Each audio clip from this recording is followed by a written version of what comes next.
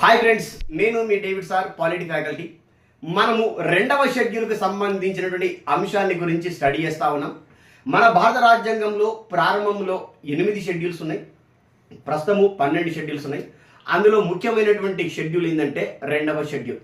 రెండవ షెడ్యూల్ అనగానే మనకు ఒకటే గుర్తుకు రావాలా, జీతం అనేది గుర్తుకు రావాలా. ఈ రోజు నేను ఇంత కష్టపడి చదువు చెప్తున్నా, ఇంత కష్టపడి మీరు చదువుతున్నారని అంటే జీతం కోసమే. కానీ నీ జీతం కోసం, నా జీతం కోసం ఇక్కడ రాయబడి లేదు. ఎవరి జీతభత్యాల గురించి రాయబడ్డదంటే, మనది సమాఖ్య పరిపాలన విధానం కాబట్టి కేంద్రంలో ఉన్నతమైనటువంటి పదవులు ఉంటాయి, రాష్ట్రంలో ఉన్నతమైనటువంటి పదవులు ఉంటాయి. ఈ ఉన్నతమైనటువంటి పదవుల యొక్క జీతభత్యాలను గురించి వివరించేదే మనకు రెండవ షెడ్యూల్. ఒక వ్యక్తి యొక్క జీతాన్ని గురించి మీరు చదువుతున్నారు అనగానే ఇది రెండవ షెడ్యూల్ ప్రకారము చెల్లించబడుతున్నటువంటి జీతము అన్న విషయాన్ని మీ మైండ్లో ఉంచుకోవాలి.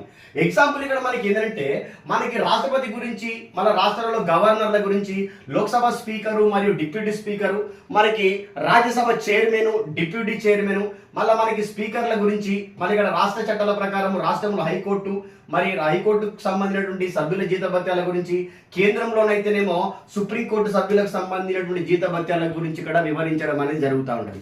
ఒక్కొక్క అంశాన్ని చదువుకుంటున్నప్పుడు వాళ్ళ సాలరీస్ని మనం చదువుకుంటాం. ఆ సాలరీస్ ఎవరు డిసైడ్ చేస్తారనంటే మనకు పార్లమెంటు డిసైడ్ చేస్తూ ఉంది. ఏ షెడ్యూల్ ప్రకారం జీతాన్ని చెల్లిస్తారు, ఏ షెడ్యూల్ ప్రకారం జీతాన్ని డిజైన్ చేస్తారు అంటే రెండవ షెడ్యూల్ ప్రకారం. ఈ అంశాలపైన వచ్చినటువంటి ప్రీవియస్ పేపర్స్ అన్నింటిని ఒకసారి చూసినట్లయితే మీరు ఖచ్చితంగా ఒక మార్కుని సంపాదించడానికి అవకాశం అనేది ఉంది.